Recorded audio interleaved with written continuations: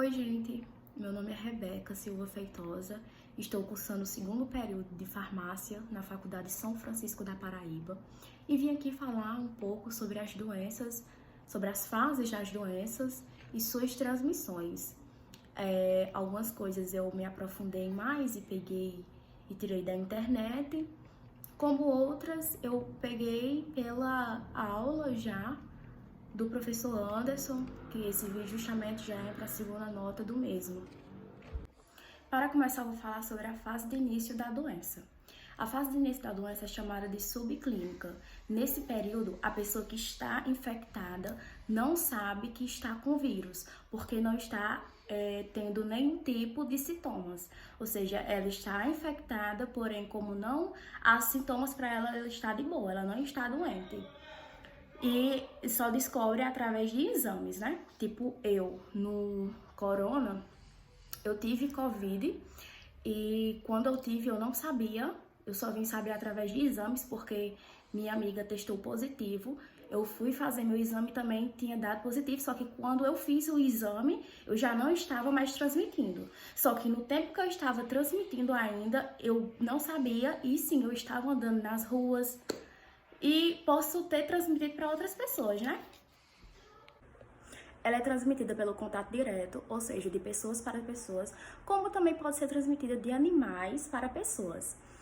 Tem como exemplo o HPV. O HPV, você pode ficar anos com a doença e você não vai saber que está com ela por causa da ausência dos sintomas. Você não vai ter nenhum tipo de sintoma. Então, você só vai saber que está com a doença quando você tomar os devidos procedimentos, né? Os exames, fazer tudo certinho. Um exemplo é o HPV. O HPV é uma doença que não tem cura, ela é sexualmente transmissível e o HPV é o tipo de doença silenciosa, que você pode estar com ela, pode passar anos e você não vai saber que está com ela por não haver nenhum tipo de sintomas. Há 3 tipos de fases: a fase aguda, a fase subaguda e a fase crônica. Na fase aguda, a doença leva de 1 a 4 semanas, tendo uma evolução bem rápida e de curta duração. Na fase subaguda, a doença leva de 4 a 12 semanas, já tendo um agravamento a mais, de uma lenta evolução e uma longa duração.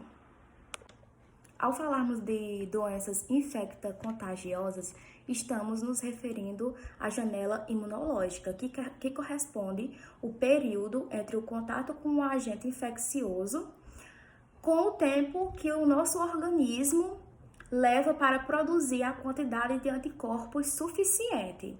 Ou seja, uma pessoa com HIV, sua janela imunológica é de pelo menos uns 30 dias para o vírus tornar detectável, ou seja, ela pode fazer o exame antes e acho que não vai testar positivo por causa da sua janela imunológica. Então, gente, voltando lá pro início que eu falei sobre a fase de início da doença, falando novamente sobre isso, eu posso não ter a doença, mas eu posso sim ter o risco de ter a doença. Entendeu? Como, por exemplo, eu estar em um ambiente que tem várias pessoas com Covid. Eu não estou com Covid, mas ali está tendo o risco de pegar o vírus. Na fase pré-clínica, a doença ainda está na ausência, ainda tem a ausência de doença, ou seja, a doença ainda não existe. Porém, o risco de ter já está aumentado. Ou seja, como o exemplo que eu citei agora, eu chego num lugar que tem várias pessoas com Covid, eu não estou com a doença, mas se eu permanecer no lugar e tiver o contato com essas pessoas, eu posso sim ter a doença, ou seja, eu posso ter o risco de ter a doença. Na fase clínica, a doença já se encontra em um estágio adiantado, ou seja, a doença já pode ter um agravo maior, ela já está bem adiantada. E na fase de incapacidade residual, a doença pode levar até a morte, ou seja, ali vai ser o limite, podendo levar até a morte, a doença já vai estar muito avançada. Na fase pré-clínica, há evidência da doença. Depois que vai vir os sinais e os sintomas, sendo ainda no meio termo, ou seja, isso vai ser logo no início, na fase inicial da doença, entre a fase inicial da doença e entre a fase pré-clínica da doença. Já na fase clínica, a pessoa já vai estar atrás dos devidos cuidados, ou seja, a pessoa já vai passar no médico, já vai ter os devidos cuidados, a procura de tratamento e diagnósticos. Voltando a falar sobre doenças crônicas, temos as transmissíveis e as não transmissíveis, ou seja, as doenças transmissíveis e doenças não transmissíveis. As não transmissíveis são as que a gente desenvolve ao longo da vida, ou seja, elas são lentas e comprometem muito a vida e grave risco na qualidade do indivíduo. Por exemplo, o exemplo de doenças crônicas são câncer, rinite, asma, bronquite, problemas cardiovasculares, doenças cardiovasculares, perdão. Para prevenir essas doenças crônicas, temos sim algumas regras a ser seguidas, como por exemplo, ter uma alimentação saudável, comendo frutas e vegetais, tendo uma rotina bem mais saudável, como praticando exercícios, esportes, o consumo de álcool tem que ser reduzido, não fumar, entre outras coisas que são proibidas fazer as pessoas que têm doenças crônicas. Já as doenças transmissíveis são aquelas que passam de pessoa para pessoa, como eu já havia dito bem no começo do vídeo.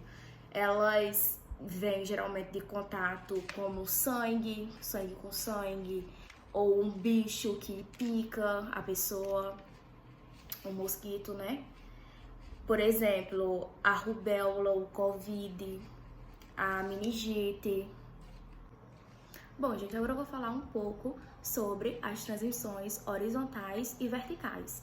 A transmissão horizontal é transmitida através de um agente infeccioso, ou seja, através de vírus, fungos e bactérias. E uma das doenças, vou citar duas doenças que são horizontais, é a malária e a dengue. E pode ser, geralmente, a doença vem através do sexo ou da picada do mosquito, né, que nem o da dengue. Já a transmissão vertical são doenças passadas de mães para filhos, ou seja, isso geralmente ocorre durante o parto, durante a gestação e também pode ocorrer durante a amamentação. Um exemplo é a rubéola. A rubéola, se a gestante tiver contrair a doença durante a gestação, o primeiro trimestre de gestação, a chance do feto adquirir a doença também é altíssima, podendo levar a criança a ter surdez e outros problemas mais graves. Bom, gente, para finalizar, vou falar um pouco sobre os tipos de transmissões horizontais, que tem ela indireta, direta, direta mediata e direta imediata. Para começar, vou falar um pouco sobre a transmissão horizontal direta. A direta ocorre a transferência do agente etiológico sem a interferência de veículos. Já a transmissão direta imediata é aquela onde há um contato físico com a pessoa que foi infectada.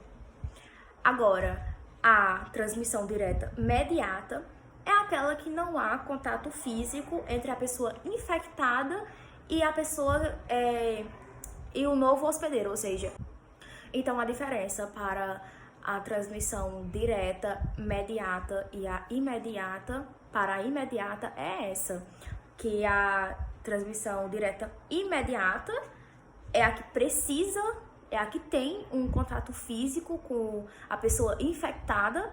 Já a imediata não precisa de um contato físico, não tem um contato físico, na verdade, né?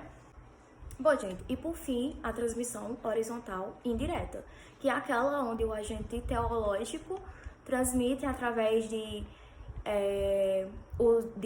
materiais assim, de uso pessoal, objetos de uso pessoal, através do ar, através de alimentos, o que é bem diferente, né, das outras que eu acabei de citar, dos outros tipos de transmissões.